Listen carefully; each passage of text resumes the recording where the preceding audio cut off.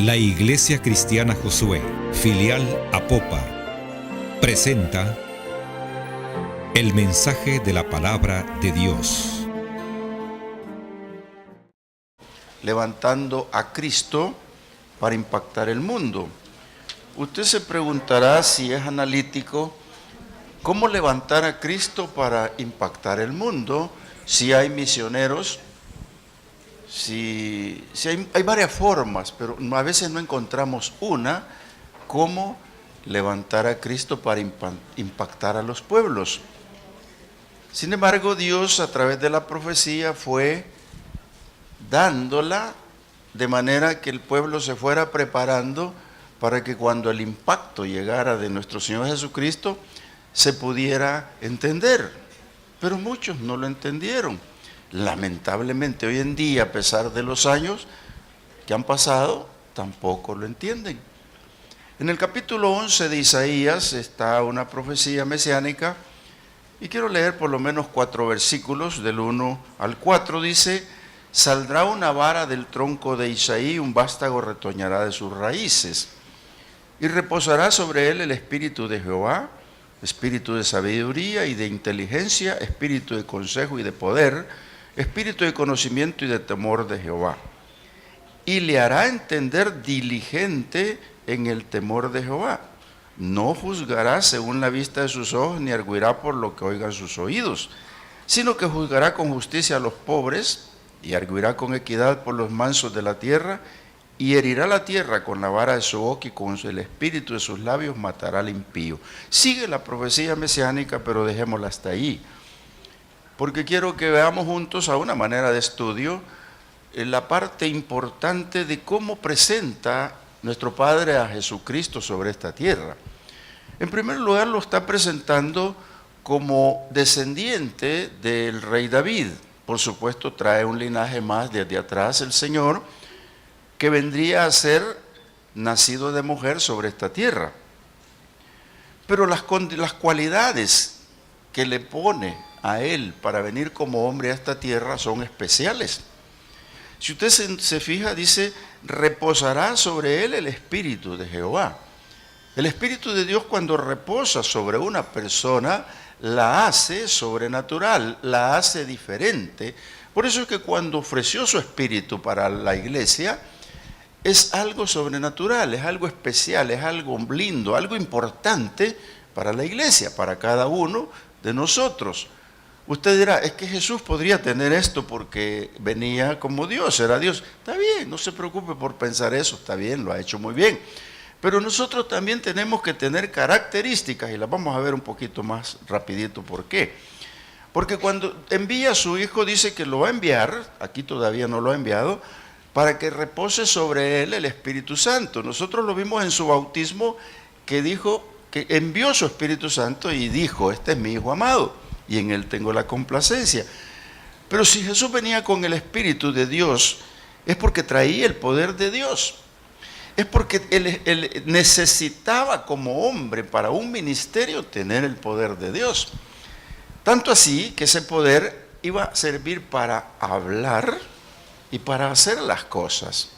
Fíjese que si Jesús cuando llega con la palabra y llega hablando. Y lo primero que llega diciendo: que el reino de Dios se ha acercado. Lo primero que dice: arrepiéntanse. Lo primero que dice es que van a ser salvos. Pero la palabra hablada, hermanos, tiene gran importancia, porque cuando tiene autoridad del Espíritu Santo de Dios, tiene la credibilidad. Por eso es que todo aquel que tiene el Espíritu Santo de Dios y conversa con alguien, se le nota, de inmediato se le nota.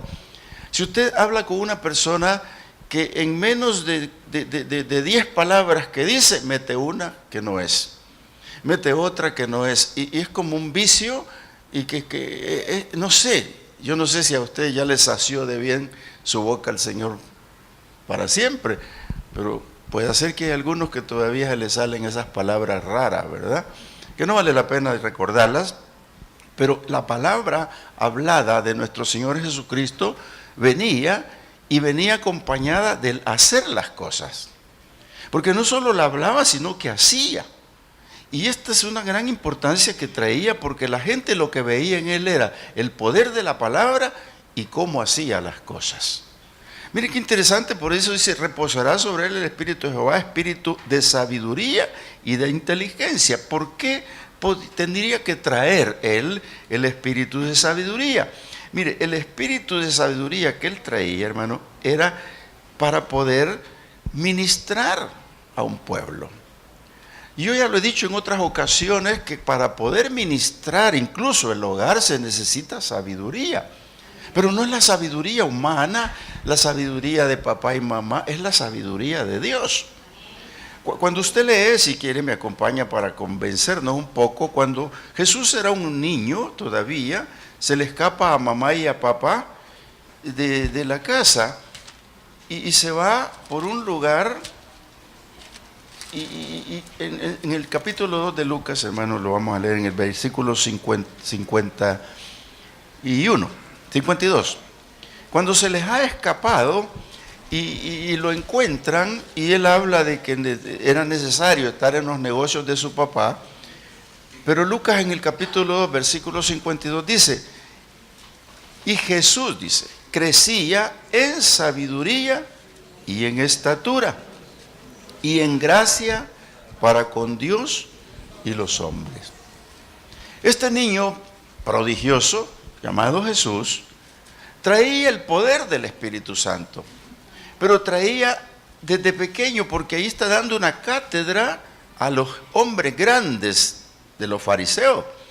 Y cuando lo encuentran dice, bueno, en los negocios de mi padre tengo que estar, pero Lucas narra y dice, y Jesús crecía en sabiduría y en estatura y en gracia para con Dios y los hombres. Lo que aquí ocurre, hermanos, es que él, cuando creció en gracia para Dios, era cosa especial. Era cosa especial, ¿por qué? Porque cuando uno crece en gracia para Dios, está retribuyéndole a Dios, que Dios no necesita que le retribuya, pero la gracia de Dios vino a usted y usted tiene que retribuir gracia a Dios. ¿Y en qué consistía la gracia de Dios? ¿En qué consiste la gracia a Dios de nosotros? En obediencia. Sencillamente en obediencia para que la gracia de Dios esté en usted y que la gracia suya sea agradable a Dios. Por eso dice que crecía en gracia primeramente para el Padre y luego dice para con los hombres. ¿Qué es lo que pasa cuando usted agrada a Dios? La gracia de Dios en usted se va a manifestar a otros. Y así es como se extiende la obediencia. Y usted puede amar al prójimo, usted puede hablar con el prójimo, usted puede alternar con el prójimo. Podemos hacer cosas grandes a través de este ministerio amplio que el Señor nos ha dado en la iglesia, porque el Señor amplió su gracia para con los hombres. Porque Jesús, cuando vino sobre esta tierra, se ocupó de estar con ellos, de estar con los hombres. Mire, hablemos de 12, no los dejó, pero ni un momento. Y ellos, de hecho, andaban con él por todos lados. Tenía un ministerio precioso, sólido, bien fuerte, pero siempre estaba visitando hogares, estaba visitando más gente, andaba por todos lados. Nunca se separó de los seres humanos. Esa era la gracia de Jesucristo sobre los hombres. Entonces, qué lindo cómo creció este niño. Y Dios le dotó también de la palabra, le dotó para ser consejero. ¿Sabe usted que el consejo de nuestro Señor Jesucristo es el más importante? ¿Sabe usted que si usted busca consejo en Dios y se va en oración y le pide dirección a Dios a través del Espíritu Santo, Dios lo va a aconsejar? Dios le va a dar una dirección. Si usted no ha comprobado eso, hermano, compruébelo en oración. A veces hay veces que uno tiene ciertas cosas, dudas, y dice, ¿y cómo lo hago? Y busca al hombre, busca a los seres humanos para preguntarle cómo lo hace. Y de hecho, pues también va a encontrar consejo. Pero es más importante que usted vaya delante de Dios y le pregunte cómo lo hace, qué debe de hacerlo, cómo debe de hacerlo. Seguramente el Señor le va a direccionar. Y yo estoy seguro de eso, hermanos, porque varias veces lo he hecho y el Señor me ha respondido. ¿Sabes por qué? Porque usted tiene la mente de Cristo. Porque usted puede hacer cosas, dijo el Señor, yo me voy y voy al Padre, por lo tanto cosas más grandes harán ustedes. Dice la Biblia que el hombre natural no percibe las cosas de Dios porque las considera locura, pero nosotros, dice, tenemos la mente de Cristo. Entonces, si usted tiene la mente de Cristo, lo más seguro es que usted, a través de su Espíritu Santo, va a recibir un consejo bueno del Señor. Créamelo, no ande pensando en consejos raros y cosas que le dicen raras, hermano. No las puedo decir porque me pusieron televisión. Pero mire, el Espíritu de Dios está allí como consejero. El Señor algunas veces fue duro, fue fuerte con los consejos, y eran consejos sanos. Pero la gente no le gustan los consejos duros, no le gustan suavecito. Pero no, hermanos, la palabra es dura. Por eso nuestro Señor, cuando estaba hablando con los discípulos, que no eran 12, sino más, porque Juan ya había muerto y se le unieron un montón de discípulos, cuando estaba hablando la palabra, agarraron camino y se fueron. Eso pasa algunas veces en la iglesia, hermanos. No vuelven después del sermón del predicador que le habló fuerte. No vuelven, no, para ir ahí, ¿para qué? No. Pero la palabra es la palabra. Y Jesús la dijo, y cuando vio que se le fueron, se quedó viendo. Y les dijo a los demás, ¿y ustedes se van a quedar? ¿Y qué dijo Pedro? ¿Alguien me ayuda? Solo tú tienes las palabras. El consejo del Señor por la palabra, hermanos, estaba allí. Y entonces, ¿cómo se podía negar? No se podría. Se parece a aquella parte en la que le dicen, mira, esta mujer pecó, la encontramos con el hombre en el hecho mismo y la traemos aquí porque la ley de Moisés dice que hay que apedrearla. ¿Y vos qué opinás? El que sienta que no tiene pecado, tírele la primera piedra. Nadie la tiró. Palabra, hermano. Un consejo sano. Primero les dijo, revísense y después apedreen. Qué interesante que podamos comprender esto. Dice también, yo quiero ir aquí lo que dice. Dice que también tenía el espíritu de sabiduría, de inteligencia, de consejo, de poder y de conocimiento y de temor en Dios. Cuando hablamos de poder, dice, Jesús venía con poder sobre esta tierra. Y un poder, hermanos, que lo aplicó a él mismo. Por eso Pablo dice que nosotros no tenemos espíritu de cobardía, sino de poder y dominio propio. Jesús, cuando estuvo sobre esta tierra, y dice acá que traía poder, y ese poder lo aplicó consigo mismo. ¿Por qué? Porque venía como hombre sobre esta tierra a posar sus pies sobre esta tierra donde le ofrecieron de todo. Por eso cuando usted lee Hebreos 4:15 va a leer que dice que tenemos un sumo sacerdote, el cual va a mediar en las debilidades de los hombres, porque él también fue tentado, pero sin pecado. Entonces aplicó el poder. El poder lo aplicó para no pecar, hermanos. Mire, el salmista escribe en el capítulo 119 de los Salmos, dice, en mi corazón he guardado, ¿qué? Tu palabra, tus dichos para no pecar. Eso tiene gran importancia. Jesús venía como una muestra, por eso es que en la cruz del Calvario todo lo que le quisieran decir no era cierto. Él solo los oyó y dijo, perdónalos, no saben lo que hacen. Las calumnias llegaron hasta la cruz del Calvario y él no había pecado. Cuando sanó a un ciego, le dijeron, ¿y quién te sanó? Bueno, miren, yo no sé, pero es que ese que te sanó es un bebedor de vino, es un hombre prostituido, es un hombre... A mí no me importa, lo que sí sé que miro, dijo. Hasta que el Señor se encontró con él y le dijo, ¿crees quién te sanó? Es que no sé quién fue, yo soy el que te sanó. Y se dobló rodillas y le adoró. ¿Por qué? Porque el Señor, el poder de Dios, hermano, sin pecado. Entonces dice la palabra que venía lleno de conocimiento y temor de Dios. El temor de Dios es una lección para nosotros. ¿Por qué? El temor a Dios es reverencia. Y si usted se da cuenta, nuestro Señor Jesucristo todo el día ministró, toda la noche oró. Era como que fuera a darle cuentas al papá. Ese tipo de obediencia, ese tipo de sabiduría, este tipo de conocimiento se lo estaba dando Dios todos los días de su vida, porque todos los días de su vida estaba de rodillas. Iglesia, tú quieres conocimiento de Dios, tú quieres sabiduría de Dios, tú quieres ser consejero de Dios, tú quieres tener temor reverente a Dios, dobla rodillas. rodillas. Dobla rodillas y vamos a preguntarle cosas al Señor. Él siempre oró para que los milagros ocurrieran. Y nosotros queremos el milagro sin haber orado. Bueno, no vinieron este día, perdonen televidentes, pero si no oramos, hermanos, es difícil. El espíritu de conocimiento del Señor lo tenía para con todos los hombres.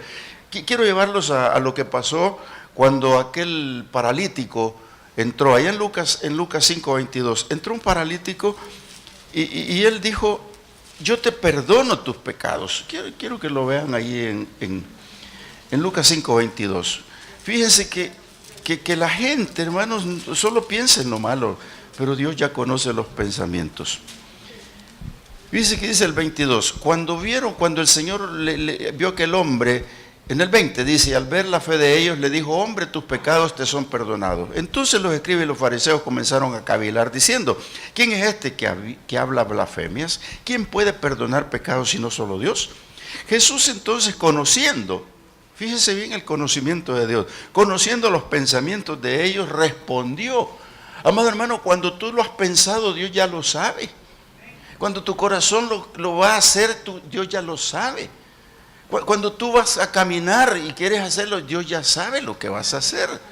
Lo sabe perfectamente bien. Y aquí en vivo y en directo, Jesús ante ellos ve en su mente cavilar mal. Están diciendo, cavilar siempre es malo. Entonces le dijo: ¿qué es más fácil decir tus pecados te son perdonados o decir levántate y anda?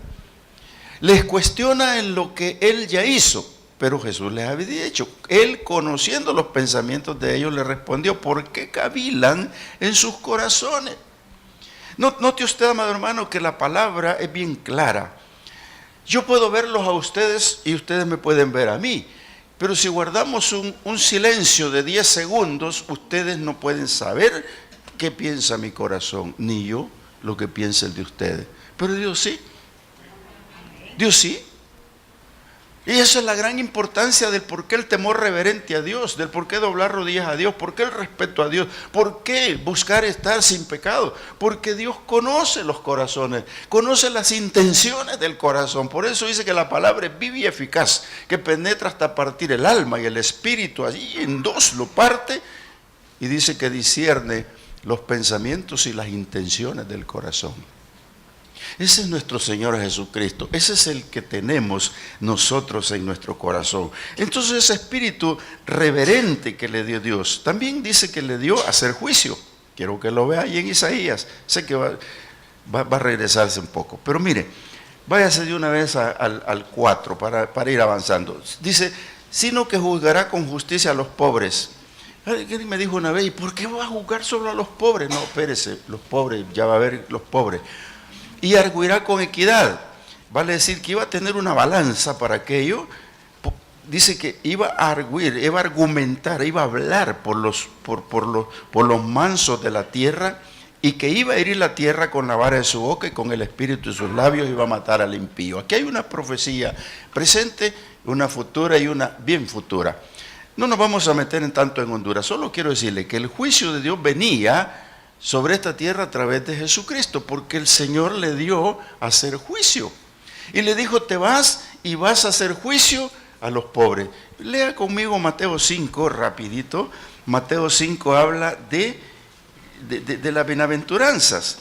Y esas bienaventuranzas tienen gran importancia. Dice el versículo 3 del capítulo 5, bienaventurados los pobres en espíritu, porque de ellos es el reino de los cielos. ¿Qué cosa más grande si usted se considera pobre, hermano?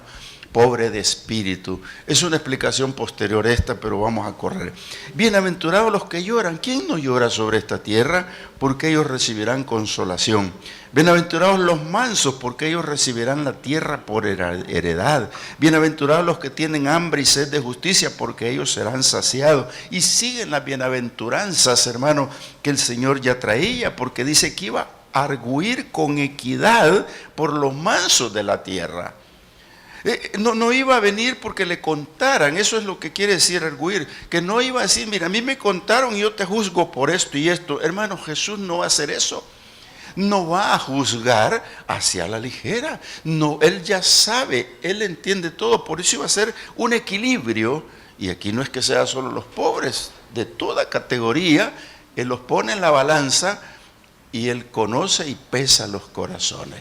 Entonces ese juicio lo traía. Otra parte es que su palabra, dice, iba a herir. Dice, y herirá la tierra con la vara de su boca. Cuando habla de herir la tierra, hermanos, no es que la va a herir directamente, sino que va a proferir sobre ella sentencia, juicio, pero también salvación eterna a través de la palabra. Por eso es que el Evangelio es tan lindo, tan precioso, que ahí incluso en el mismo Evangelio está inmerso la sentencia de muerte para el que no cree.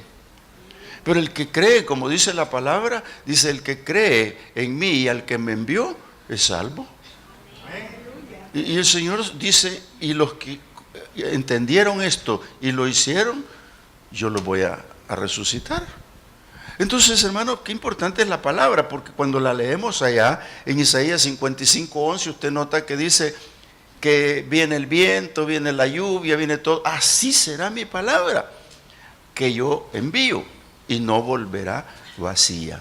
Hermano, cuando dijo esa profecía el Señor allá en Isaías 55, mucho antes de que brotara Jesucristo sobre esta tierra como el linaje de Dios, ya estaba dicho que la palabra venía con él. Por eso Juan dice que era el verbo de Dios, era Dios mismo, era Dios con la palabra. El logo de Dios venía sobre esta tierra para dar la palabra y venía con el objetivo de cumplir los objetivos, y los objetivos era la salvación del mundo. Por eso dice en Isaías 55, y será prosperada cumpliendo el objetivo para el cual yo la envié.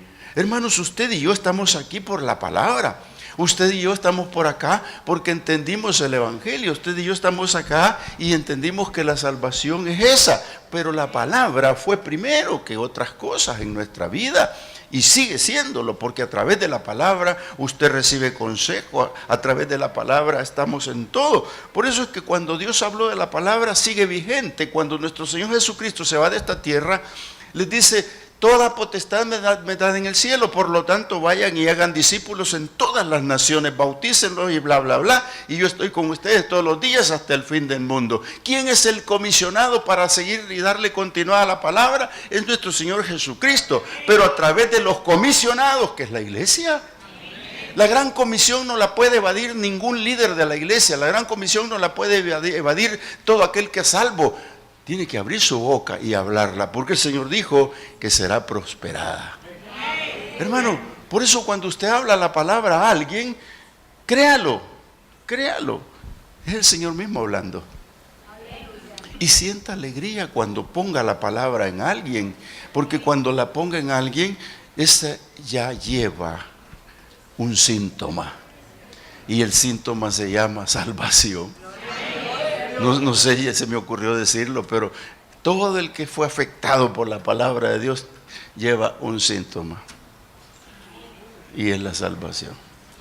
Hermanos, el Espíritu de Dios venía, según Isaías dice acá, herirá la tierra con la vara de su boca, y con el espíritu de sus labios matará al impío. Esta es la profecía futura. No correspondía que la hablara este día. Pues repito, escribí esto pensando que era domingo, pero me van a dar unos 5 minutos. Mire, se lo voy a explicar rápido. Cuando Jesús dice ahí en el capítulo 24 de Mateo 24, dice que aparecerían falsos cristos, falsos maestros, etc. Ese es el inicuo que llama la Biblia el falso profeta. Un día vamos a hablar de sucesos futuros. De seguro se va a llenar la iglesia porque le encanta hablar de Apocalipsis, ¿verdad? Pero mire, en 2 Tesalonicenses se cumple esta profecía escrita, no en su totalidad porque no ha ocurrido. Le aclaro esto, y más que todo por los televidentes, para que no tengan error en esto. Tiene su explicación futura, no ahora, cuando dice que con el espíritu de sus labios matará al impío. Quiero leerle lo que dice 2 Tesalonicenses capítulo 2, versículo 8.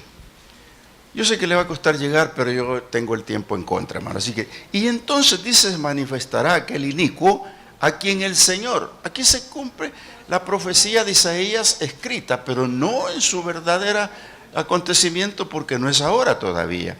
Y dice, entonces se manifestará aquel inicuo a quien el Señor matará con el espíritu de su boca, y mire, y destruirá con el resplandor de su venida. Qué interesante se vuelve esto, hermano, porque esto es apocalíptico prácticamente para un pueblo que no creyó. Esto viene a parecer cuando Isaías lo dice, que viene con espíritu de sabiduría, con espíritu de conocimiento, con espíritu de temor de Dios, con espíritu de consejero. Y dice que trae su palabra para herir la tierra, con la cual dice, matará y destruirá al inicuo. Note usted qué importancia cuando Pablo lo está narrando a los de Tesalónica y les dice, entonces se manifestará aquel inicuo que es la gran tribulación donde levanta su reino, a quien el Señor matará con el espíritu de su boca y destruirá con el resplandor de su gloria. Esto es cuando el Señor viene, amados hermanos, sobre esta tierra y llega con el santo ejército de Dios, que es la iglesia, para reinar 1000 años, y cuando llega con el resplandor de él, destruye aquel imperio del inicuo. Y usted lo conoce, hermanos, cómo es. El falso profeta es apresado, el diablo mismo, y son echados para otro lado. Mire qué interesante, ¿por qué está metido esto? Porque Isaías lo dijo, que venía con ese espíritu de palabra para herir la tierra, pero no es que la esté hiriendo a muerte, hermanos, sencillamente es un suceso futuro. Por eso Cristo vino a esta tierra, murió y resucitó. Y aquí la clave del por qué quiero concluir este sermón así. Y yo dije, si Dios te levantó a ti, levanta tú el nombre de Cristo. ¿Creen eso? Los apóstoles lo hicieron. Ellos se dieron cuenta que aquel hombre con el que hablaron tenía espíritu de sabiduría, que aquel hombre con el que caminaron tenía poder, aquel hombre con el que caminaron tenía la palabra, aquel hombre con el que caminaron lo sabía todo. Por eso cuando el Señor resucita y se va, comienza los comisionados, los apóstoles. Y quiero leer con ustedes así rapidito Hechos capítulo 4, lo que ocurre cuando aquel paralítico es levantado por Juan, por Pedro. Ellos están detenidos y no hayan qué hacer con ellos, capítulo 4, versículo 8.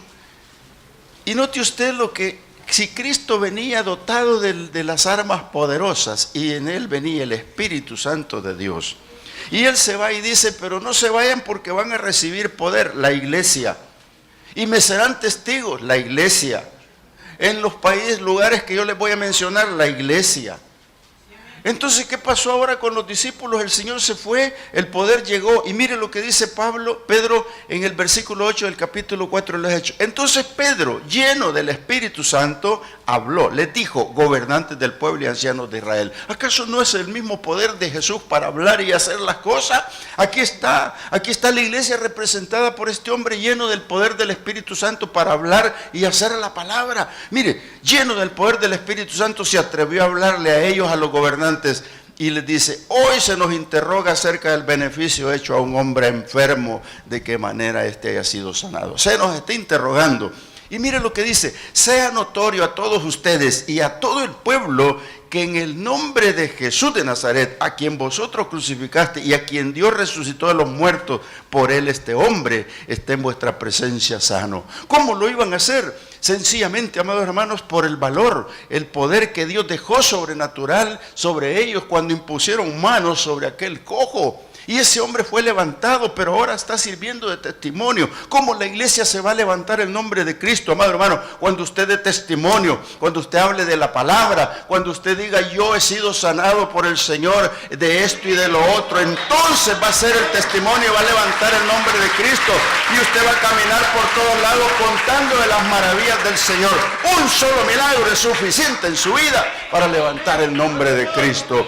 Por eso estos hombres dicen, aquí está la evidencia. Y lo hicimos en el nombre del Señor. Y lo hemos hecho notorio. Y hemos visto que ustedes no lo levantaron, nosotros sí lo levantamos. Porque este Jesús, dice, es la piedra reprobada por vosotros los edificadores, la cual ha venido a ser la cabeza del ángulo. Y finaliza diciéndoles, y en ninguno otro hay salvación, porque no hay otro nombre bajo el cielo dado a los hombres en que podamos ser salvos. Amado hermano, eso lo hicieron notario, lo comprobaron, usaron el nombre de Jesús, levantaron, afirmaron al pueblo, y no solo eso, sino que levantaron a un Cristo de poder. ¿Saben que ese Cristo de poder vive y reina y está en los cielos? ¿Sabe qué hace? Intercede por usted, por todo el mundo, intercede por los salvos, está intercediendo, porque ustedes y yo necesitamos intervención de Dios, necesitamos que Dios nos cuide, y todavía no solo eso, está todavía cuidando los que aún han de ser salvos.